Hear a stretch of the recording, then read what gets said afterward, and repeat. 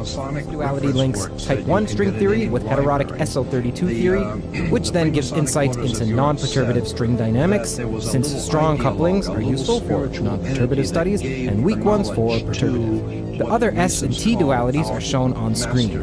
S duality hinges on incorporating elements like D-branes and orientifolds. Basically, you can think of both of these dualities as inversions. One inverts the coupling strength, and the other inverts the radius of the extra dimensions after compactifying.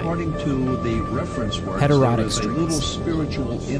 Confession, I deceived you earlier, out of kindness and love, when I told you that there were 5 flavors of string theory that are 10-dimensional. There are actually several more than that. One of them, even the original string theory, is 26-dimensional.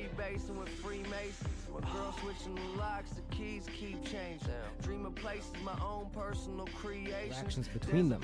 Heterotic string theory combines left-moving bosonic modes from the 26-dimensional bosonic string theory with right-moving fermionic modes from a 10-dimensional superstring theory. This abomination is gotten to by compactifying 16 additional dimensions in the left-moving sector on an internal lattice, resulting in 2 consistent heterotic theories, the SL32 and the E8 cross E8. But what do we mean by consistent here? What do we mean by super here? Is a superstring a string that's been bitten by a radioactive spider? We'll explore that in one of the deeper layers. The short answer is yes. With more detail, let's use some notation on screen here to represent the root lattice. So here's VE8 of the E8 Lie algebra, and the heterotic theories are defined by their lattices through this construction. You'll notice here that 26 equals 10 plus 8 plus 8, though you'll also notice that 26 does not equal 10 plus 32. The reason is that you don't deal with the group SL32 directly, you don't even deal with its 16-dimensional root lattice. Instead, you deal with the weight lattice of spin 32 modded out by Z2. Registlope.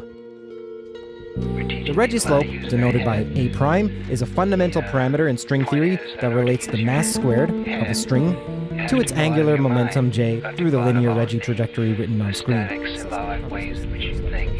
Stanford, and the link to that is in the description. This trajectory represents the spectrum of excited string states as a relationship between mass and angular momentum.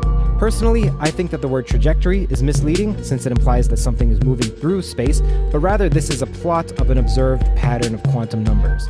The Registlope is inversely proportional to string tension, T, with A prime equaling something proportional to the inverse of T.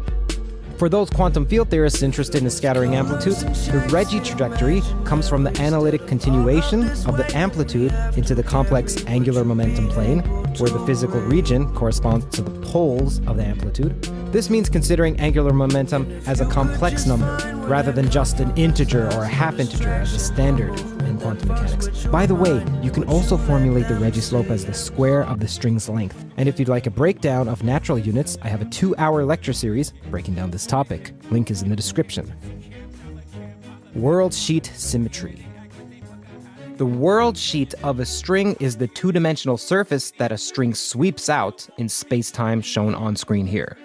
The basic symmetries of the world sheet include reparameterization invariance and then something called Weyl symmetry. Be careful not to call it Weyl symmetry. If you do, string theorists will respect you exactly 3% less.